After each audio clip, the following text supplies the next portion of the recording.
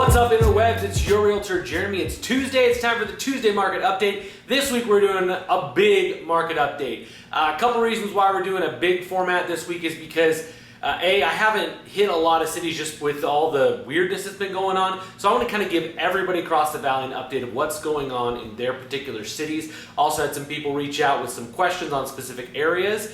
I'm also taking a look at a couple of folks that have closed over the last 6 months to a year to kind of see where their appreciation levels are at. It's pretty fun. And then the other thing is I'm going to be on vacation next week in Cozumel. Check out my social for some pictures and stuff. And then the last part of the month of August, I've got some plans for kind of doing some batch videos for some stuff down the road. So it probably won't be doing another market update the rest of the month of August. So let's get into this big market update. All the timestamps are here, so if there's a specific area or content you want to just skip forward to, feel free to do that. First, we're going to take a look at kind of the general state of real estate in the Phoenix metro area right now. And one of the great tools that as a realtor I've got is with the Cromford report. They do a lot of data and analytics. You can dig so deep, but I want to give you guys an indication of kind of what's going on in the market and what we're seeing for down the road. If you guys remember back at March 24th on one of my Tuesday market updates, I feel like people that have been waiting to buy for a while are like this meme right here. They're like, ooh, I've been waiting for the bubble to pop. Prices are gonna go down now. Just like they did in 2008, but they're not. They're just not. There is no indicators that say that the house values are going to tank like they did in 2008. Yeah, I said it wasn't going to happen. It didn't happen. And part of it's because I had some insights from the Cromford report, and I'll show those to you right now, some of those insights. First is the Cromford Market Index. And you can see over here, when it's at 100, we are at a perfectly balanced market. And 110, we're kind of leaning toward a seller's market. 90, kind of toward a buyer's market. Let me show you what it currently stands at. Yeah, the market index is at 310. That's a lot. Just to give you guys an idea, the numbers we were seeing back in March even were well over 100. Like I think if I remember correctly, it was like in the 160s. So because of that index, we kind of were pretty confident there wasn't going to be a lot of price decreases, because again, we have to get below 100 for prices to decrease at all. You can see the demand index is still really high. There's still a lot of demand, and then you can also see the supply index there is really, really low, which we already know from these videos. This is a kind of a graph of what the Cromford Market Index was doing in 2005, 2019, and 2020. And obviously you can see that dip there that happened during the corona, the heat of the pandemic, which obviously is still kind of going on. But you can see it dipped way low, but never went to balanced. All it did was go down to like 150, which is still very much in the seller's market side of things. And then it came right back up, and if you kind of like skip that blip down, it's just nice steady progression up. So we've really kind of recovered pretty well from the initial brunt of the unknown factor from the beginning of the pandemic. Here's the Cromford Market Index number for each city. Yeah, that's crazy. I'll just let you guys digest that number for a second. Like I said, anything over 100 is a seller's market. We have to get to below 100 for prices to decrease, which again is why I've been tooting the same horn that prices are just not going to decrease anytime soon.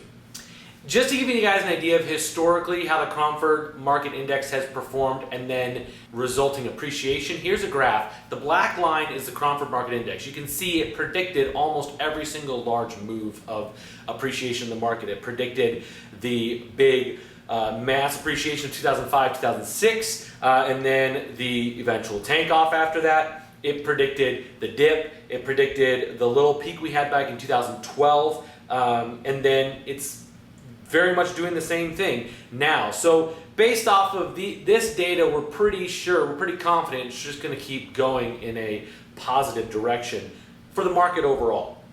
Just to give you guys an idea of supply, this is supply for Metro Phoenix area. You can see we're 41% down from last year. And you can see 18, 17, 16, each one of those years we had so much more inventory on the market. single family homes under $300,000, we currently only have 1,119 active. You can see how much lower that is than previous years. Finally, the hottest selling zip codes. Now, this map, it is telling us is the red areas, those zip codes have more houses under contract than are available. All those gray areas are 2 or more times more houses under contract than are active on the market. This just gives you an idea of how short the supply is. There's one zip code, I think over in Glendale or Peoria, where it has 18 times more houses under contract than are active. It's kind of silly. Anyway, so that kind of gives you an overall overarching view of the market as a whole and kind of what's going on. Some predictors. Like I said, these numbers are the reasons why I have not, for once, thought that we were going to have prices decrease. There's just too many factors in play for short supply, active buyers, lots of buyers still in the market, and with interest rates so ridiculously low, people's buying power is way increased. All right, let's get into the stats for each city and area. We're going to start with Santan Valley. As you guys can see, kind of new listings, actives, kind of all over the map. The active listings are currently below the number of new listings and the number of sold listings. Sold price, as you can see, has been a steady climb up. Even through the heart of the pandemic, March and April, prices were still going up in Santan. And part of that's because the inventory is even lower in Santan. As you can see, we have just 8 months of inventory. Average sale price is up 14%, $289,000, $285,000, up from $252,000, $766,000. Year-to-date number is a little closer to what I think is accurate, which is about 12%. Still way higher than I ever expected it to be. All right, next we got Queen Creek. We're kind of starting in the Southeast Valley and kind of working our way across the metro area. So Queen Creek, as you can see, the active, sold, and news are all converged together for the month of July. Listing prices continuing to increase to head on up. Again, just saw a little bit of a dip in April and May, but then right back on schedule for appreciation in that area. Inventory out in Queen Creek is 1.4 months. Part of the reason I think it's a little bit higher than Santan Valley is because there's more horse properties and things of that nature, and those don't tend to move quite as quickly. Average sale price for $32.79, up from $364. $159, that's 18.65%. Now, like I said, sometimes you get these little blips, which is why we look at the next columns over, and we got 415, 336. We got a 12.12% year-to-date difference. So I think that's a little more accurate on what is going on. Spread of houses, pretty normal. I think one of the reasons the monthly variance was there is because we had 2 houses sell for over 1.2 million. 3 houses, sorry, sell for over 1.2 million, and none had sold the previous July. So I think that's why that number's a little out of whack on the average sale for July to July. Next, we've got Chandler Heights. Now, one of my friends on Facebook asked me to check out Chandler Heights. It used to be an actual little town, but then it got incorporated into Queen Creek mostly, depending on who you talk to and where you get your data from. For the most part, it got absorbed into Queen Creek. Some parts got absorbed into Gilbert, but this gives you an indication of kind of what's going on in that area. If you're looking at the number above me, you're laughing right now. We have roughly 23 active listings. They're all sitting kind of in the same area, just like other areas. Sold, active, and new are all similar. As you can see, the sold price has been increasing. It did dip off in April. Very common with the horse property. Almost this entire area is larger lots or horse property. There are some newer developments. Developers have gone in and bought out horse properties and then divided them up and are building new houses on them. So there's a little bit of that going on. Absorption rate, about 2 months of inventory. Again, horse property. Days on market, it looks like a giant roller coaster there, but like in other areas like Chandler, I had a client that's like, this house has been on the market 8 days. What's wrong with it? In Chandler, under 350, 8 days is an eternity in this market right now. So, but out in Chandler Heights, something being on the market 90 days is actually average. So, and then again, up here numbers, average 618,207, up from 437,963, a 41% appreciation. That's not true, okay? And let me show you guys why. Pop over and look at that stuff. Right there, this spread. You can see that there was more than last year of every price over 400,000, including a 1 million, one over 1.25 million. The 500 to a million sold, what, 3 times as many homes? That's why I like the year-to-date numbers, because one crazy good month compared to like a really low price point month of last July kind of throws it off. So we go back to the year-to-date number. We're only up about 13.7%, which is pretty standard for that area. So figure if you bought your home last year, it's worth about 13% more. All right, next we've got Gilbert. You can see the active listings are well below the new and the solds. The new and the solds are equal to each other, so that's one of the reasons Gilbert is just such a hopping market. There's so much more that's under contract than there is active and available. You can see, especially in July, the sold price spiked. I think it's a couple things. I think one is Gilbert, Chandler are very desirable areas. You get stuff under 400 and people are bidding each other out. I've experienced it with my clients that we've missed out on stuff because people are going well over asking. They're waiving appraisal contingencies, stuff like that. So we'll see how this gets tempered over the next couple months. Absorption rate, you can see we're right at about a month. Days on market are still sitting about 35, 40 days. And again, if an agent doesn't put the house in pending, it still counts days on market. So if a normal escrow is 30 to 40 days, that's pretty much stuff selling immediately, right away. Appreciation up here, average sale price $435, up from $396, about a almost 10% change. And you can see it's almost the exact same thing for the year-to-date number. And then your spread of houses there, bulk of them were in 300 to 400. Before I go on to this next slide, this is one of my clients that purchased a home in like September or October of last year. And this is a perfect example of why it's so critical that the agent you're working with understands the specific area you're looking in, because this particular zip code behaves totally different from the rest of Gilbert as a whole. And I'll show you why here in 1 second. And next image. So we're going to start at the top here. Average sale price $367,833, up from $367,980. Only a 1.9% change. Year to date, we're about an 8% change. Now, when I started looking at these numbers, I was actually just going to comp his house specifically and see. And as I'm looking at it, I'm like, I don't know that it would sell for more than 3 or 4% more. And this particular neighborhood, for whatever reason, houses have sold for basically the same amount for the last year. It's really kind of peculiar, and I don't exactly know why it's happening in that neighborhood, but houses are still increasing in value, just not as much as the surrounding area. So it's interesting. I don't entirely know why. I kind of want to delve into it a little bit more and kind of find out. But yeah, this particular zip code is behaving a little differently. I'll tell you another story in Gilbert. I can tell you because they just closed. But my sister and brother-in-law, we were looking at a house. I'd been working in this market for a while, so I knew that this market has been crazy. But I analyzed the specific neighborhood they were in and realized that only 1 or 2 houses sold for over asking in that neighborhood. So once I had that information, and I already knew there weren't any other offers on the table, we actually ended up getting the house for less than asking, which in this market is very shocking to everybody.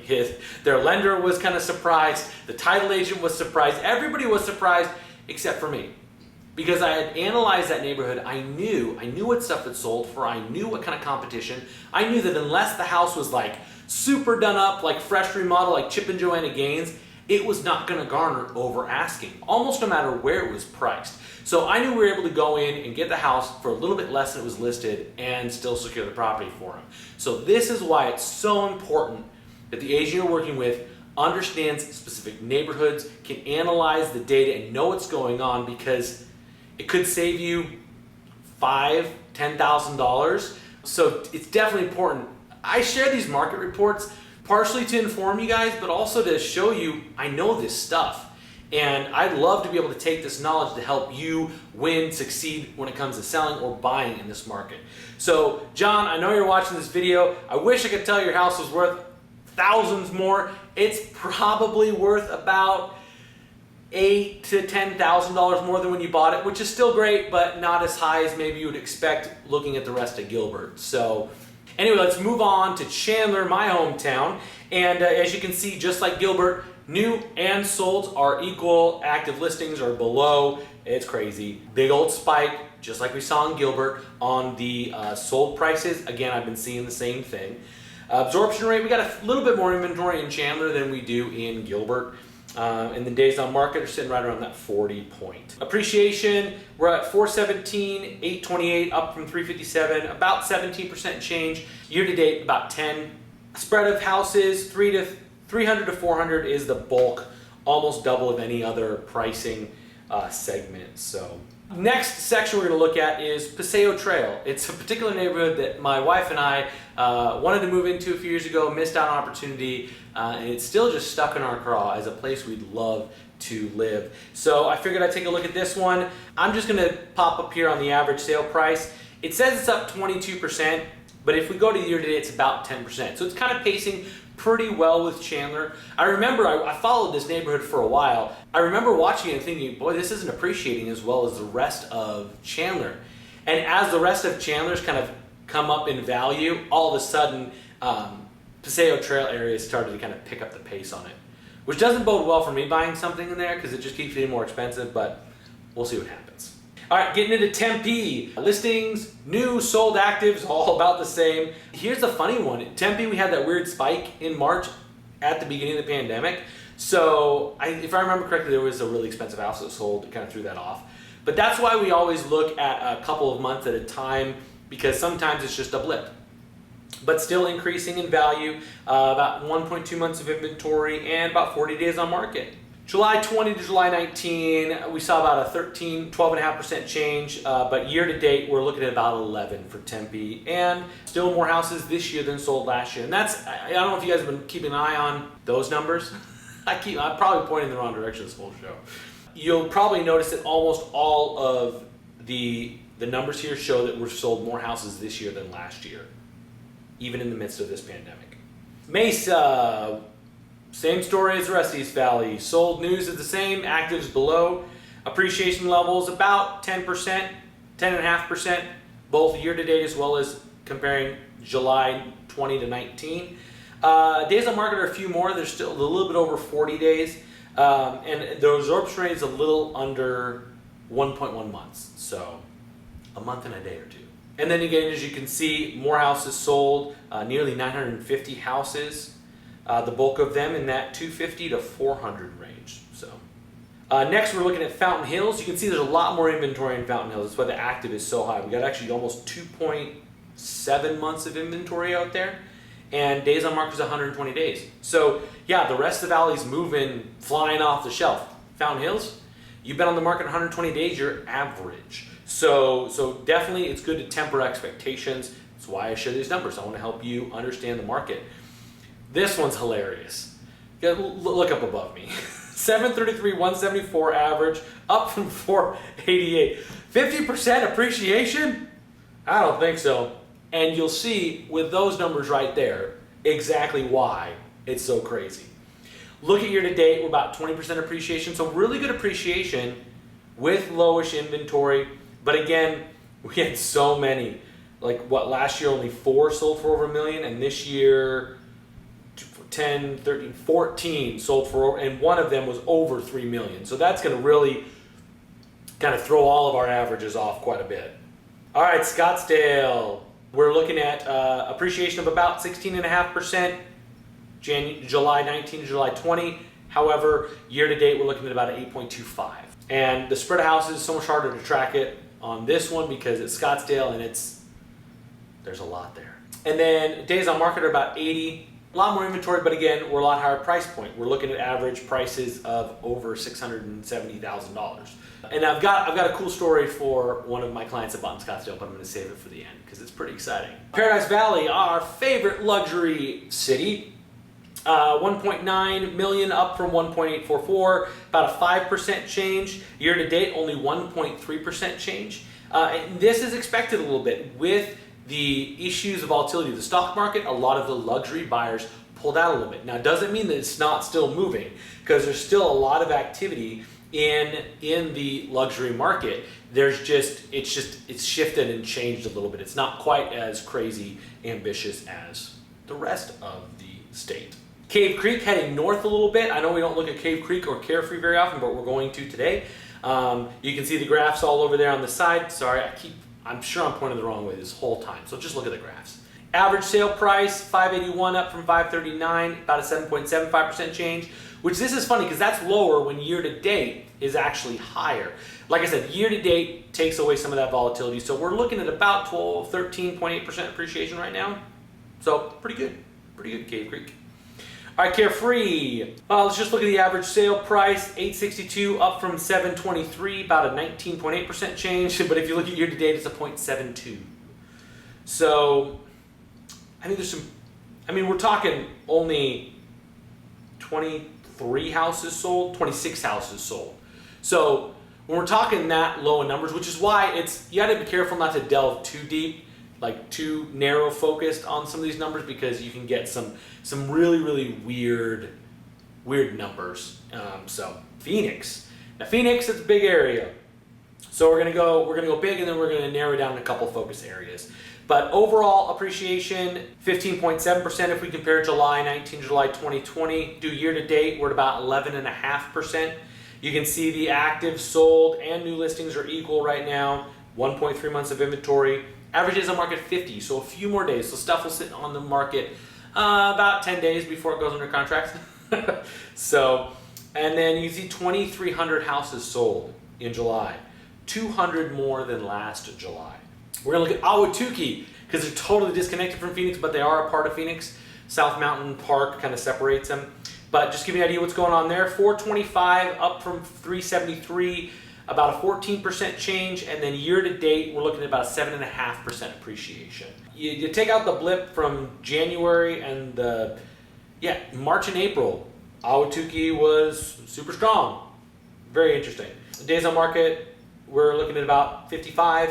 Absorption rate's about 1.2 months. So Arcadia, this is a very specific part of Phoenix that is in the Phoenix zip code, but it feels very much like Paradise Valley. It's a very specific neighborhood. There's a lot of more, it's a little more modern, farmhouse vibe houses there. So if you love the Chip and Joanna Gaines style and you got $1.5 million to spend, Arcadia is perfect.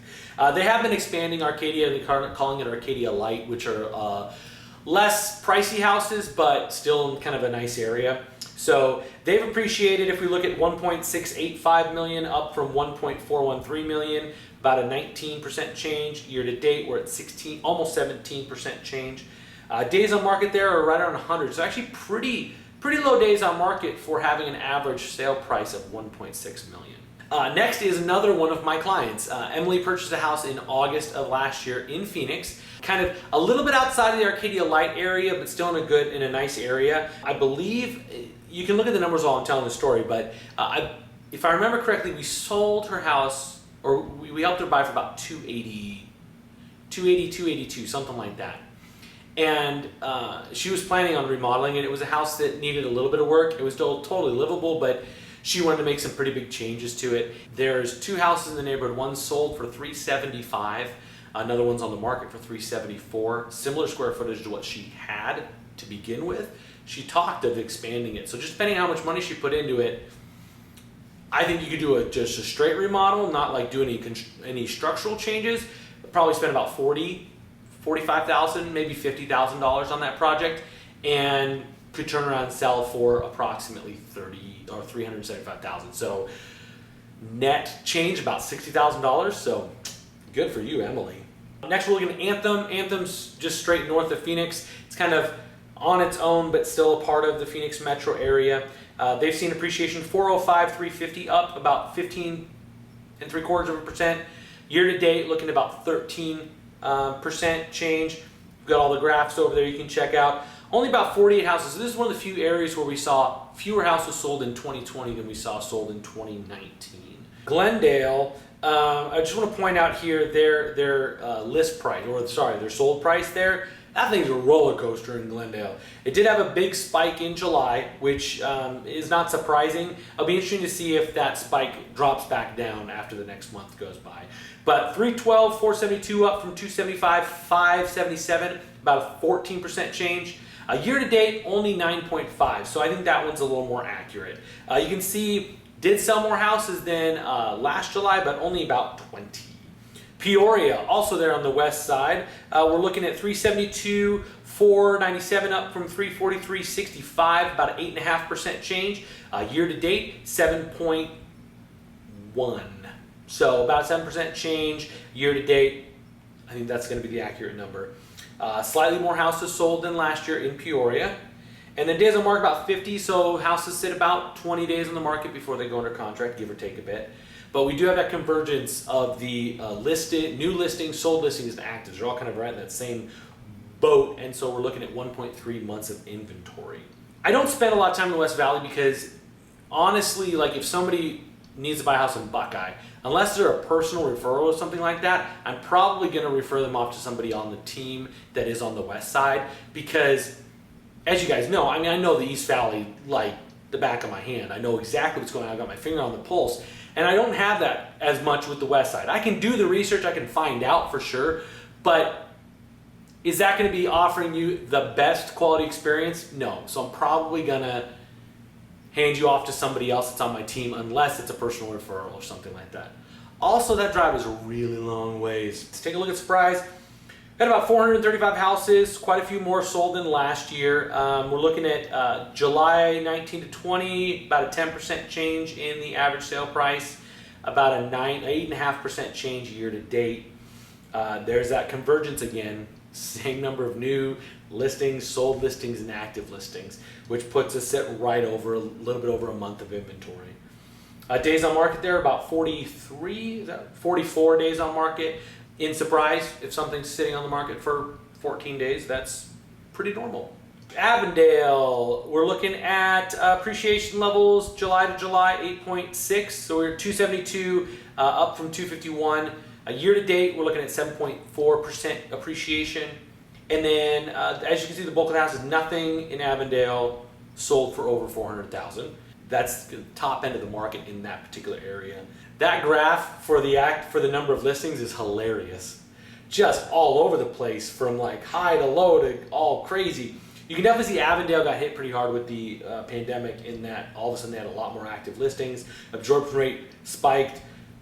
But at the same time, their values went way up in March and April. That's hilarious. Litchfield Park, a small area there near Avondale on the west side. 432.42 was the average sale price, up from 347.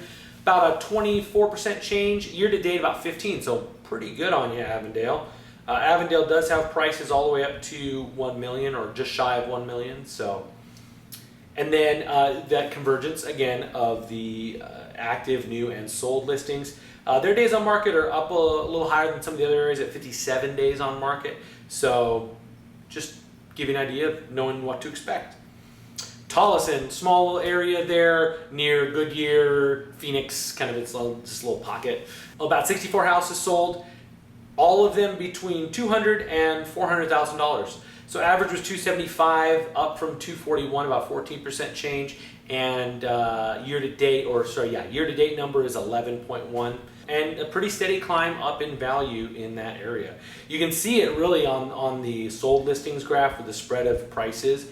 You see, like there was a couple that sold under 200,000 last year, and almost all of them sold in that 2 to 250. And then this year, you had way more in that 250 to 299. So that's really it's kind of a perfect example of showing you how things shift from year to year with appreciation. So that's kind of fun. Goodyear, I think I said that a second ago. Close to Tolleson, that West Valley area, kind of southish of the 10. It's kind of where most of this stuff is at. Average sale price $350, up from $315, about 11% change. Year to date, about a 7.4% change, 7.5% change. Prices or house values in there anywhere from basically 200 to 750, give or take a bit. As you can see, the absorption rate really dropped off for June and July, so inventory went fast. Laveen, little pocket there on the west side of South Mountain. They had about 74 houses sold. Again, there's another one like Anthem where there were actually fewer houses this year than sold last year. Average sale price $314, up from $265, about an 18.5% change. Year to date, about 14.5% change. A steady climb up in value. You can see that there are some blips up and down, but generally a steady climb up. And the days on market, 33, so Laveen stuff moves pretty quick. Finally, Buckeye. Again, like I said, Buckeye is an area I'm probably not going to sell much in just because it's far away and it's just a different animal. I'm sure it behaves similar to some of the other cities on the east side, but I just don't know it as well. But here's the numbers for it. New active and sold are all kind of converging. Just over a month of inventory. Listing prices have been steadily climbing up with a slight pumping of the brakes in March and April, which is not surprising. Average sale price $304.9, up from $266.6, 14.3% change, 9.5% change year to date, and then we did have about 40 more houses sell in Buckeye. So I'm going to end with this one story for my Scottsdale buyers. I got this couple that bought a house in Scottsdale. His house had this amazing view, but the house was just beat up. So we knew it needed a full gut. So we got a really good deal on it. We got it for under asking. It appraised really well. We bought it for $795, which was under the asking price. I knew it was a great deal, specifically because it was the view and the area it was in. Not because the quality of the house, it was beat up. It was just not well maintained. It was just, but my clients, David and Sara, were prepared and ready to do a reno. So we went into it. I was confident that even if nothing else in the market changed and they just took that house, they remodeled it, put it back on the market, they put $100,000 into it, it would probably sell for $950. A house identical in layout, totally redone, identical in the layout they're shifting it to, just sold for $1.15 million and had no view. Like, you looked at a brick wall. So David and Sara, when you guys get done fixing your house, if you don't want to live in it, you can sell it for a lot of money. So we bought the house for about $800,000. Let's say you put $200,000 into it. You have $150,000 of equity in that house. It is shocking. And this is an area of McDowell Mountain Ranch that has appreciated as a whole.